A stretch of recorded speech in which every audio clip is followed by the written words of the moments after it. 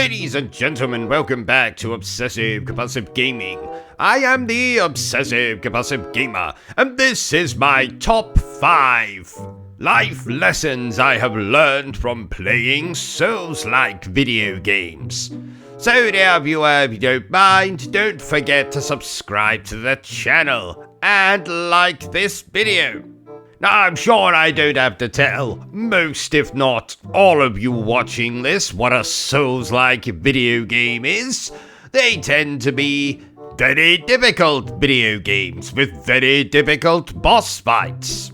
They also tend to be devoid of difficulty options. Damn you From Software!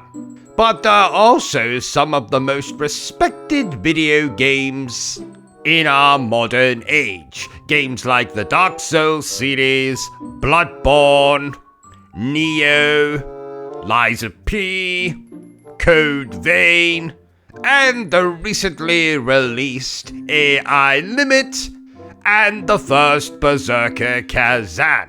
But what life lessons have I learned from playing these types of video games, dear viewer? Well, I'm so glad you asked. Let's get started with number 5. Nothing is impossible. Just highly improbable, unlikely, just out of reach. Let's say, dear viewer, there's a boss you want to kill. Let's say it's some Lovecraftian abomination in Bloodborne, or a waifu in Sekiro. Well, with a bit of hard work, you can conquer these boss fights. You can cut that Lovecraftian abomination in half. You can cut that waifu into a million pieces, making sure you keep her head. That'll make a nice prop to scare the children this Halloween. Now, if you can't accomplish that goal by polishing your skills, learning the boss's attack patterns, then do what I did when I first played Sekiro. Cheat! Get yourself to max level, get infinite shuriken, get unlimited souls, whatever the hell you want. Actually, that's the lesson, dear viewers. In real life, when hard work doesn't do it for you, cheat. Forget what I said at the start of this section. Hard work. No one wants to do something that's hard. Well, apart from maybe that waifu I mentioned earlier. She likes it really hard. Actually, never mind. Number 4. Angry is sometimes a good thing.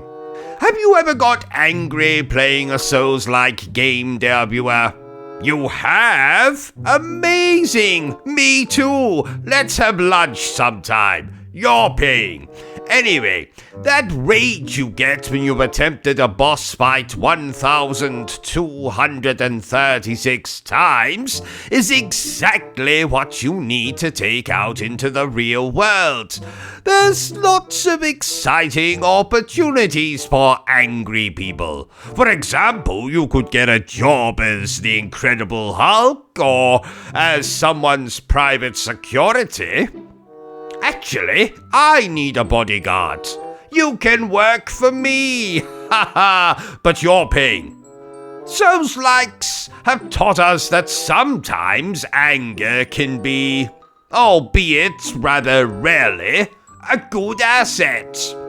So next time you're playing Elden Ring and decide to hurl your computer out of a window, just think, you could take that anger and come and work for OCG as his own personal bodyguard. You'll have the nicest lunches, the best uniform. You can pick out your own uniform. If you want to dress up as a bloody gimp, you can. If you want to dress up as a ninja, well, you can. You'll be paying for the uniform, of course. Number 3. Don't be afraid to call upon a friend/frenemy. Most Souls-likes will let you summon a chum to assist you on those oh-so-difficult boss fights. And you shouldn't be ashamed to do just that. Why, that's something you can put to great use in your everyday life. Let's say you're at work, and the secretary with the squinty eye and the funny walk is coming on to you in the elevator. She's not your type, or he's not your type. Gentlemen can be secretaries, I think.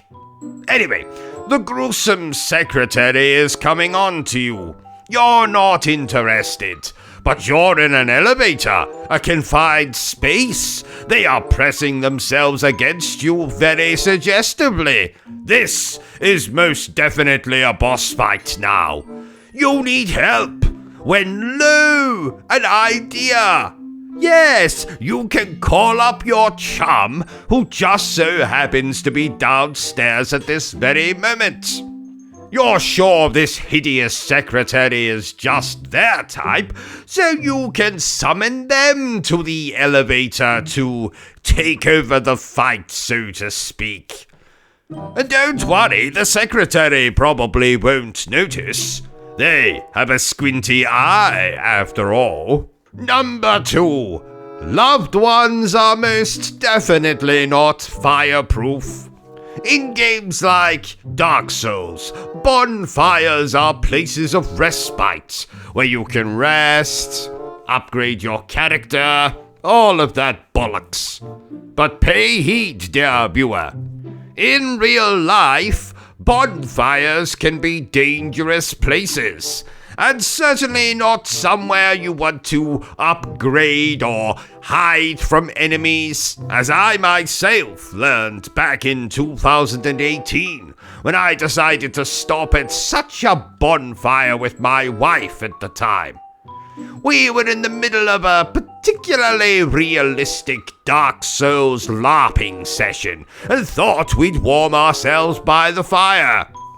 Now, my wife, the frankly stupid human being that she was, proceeded to build some handy Molotov cocktails that we could use to fend off the enemies in this oh-so-realistic Dark Souls LARPing session event thing. But as you know, dear viewers, or at least you should know, that bonfires and gasoline do not mix. So long story short, my wife most definitely did not leave that bonfire upgraded or even alive. Hell, she wasn't even recognizable by the time the firemen got there and put her out. All that was left of that unfortunate stupid bitch was a pile of ashes. So, remember what I've said, dear viewers. Rest at a bonfire in Dark Souls. Yes, in real life, maybe stay away from the bloody things. And finally, number 1. Not that these were in any particular order, of course. My number 1 life lesson that I learned from playing Souls-like video games is to try and try and try and try again. Let's say there's a girl, or boy, or zoo animal that you're in love with. You've already asked them out to dinner or a late night bumble in the back seat of your automobile. And this girl or boy or zoo animal you love says, "No thank you, not today. Stop talking to me or I shall summon a constable." Do you accept defeat? In the words of a very intoxicated Mother Teresa, fuck no. If Souls-likes have taught us anything, dear viewers, it's to never give up, never surrender. Try and try and try again. Keep asking out that boy or girl or zoo animal. And if they still say no, well then, hit them with a frying pan. I jest, of course. I would never recommend you do something so rude and brutal. Instead, just tell them to go fuck themselves and then buy yourself a new video game or 7. That always cheers me up. So there you have it, ladies and gentlemen, 5 life lessons I have learned from playing Souls-like video games. If you enjoyed this little video and you'd maybe like to hear me talk about more life lessons that I've learned from playing these particular types of video games or other types of video games, then let me know in the comments down below and I'll be sure to get right on that.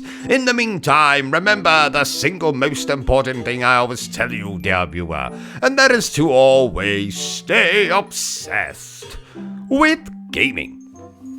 Say goodbye, but where the fuck is Bertrum? Are you still here? Oh, you must have really enjoyed this video then. In that case, you had better subscribe to the channel and check out our other content. Otherwise, you're a booby pants. And no one wants to be a booby pants.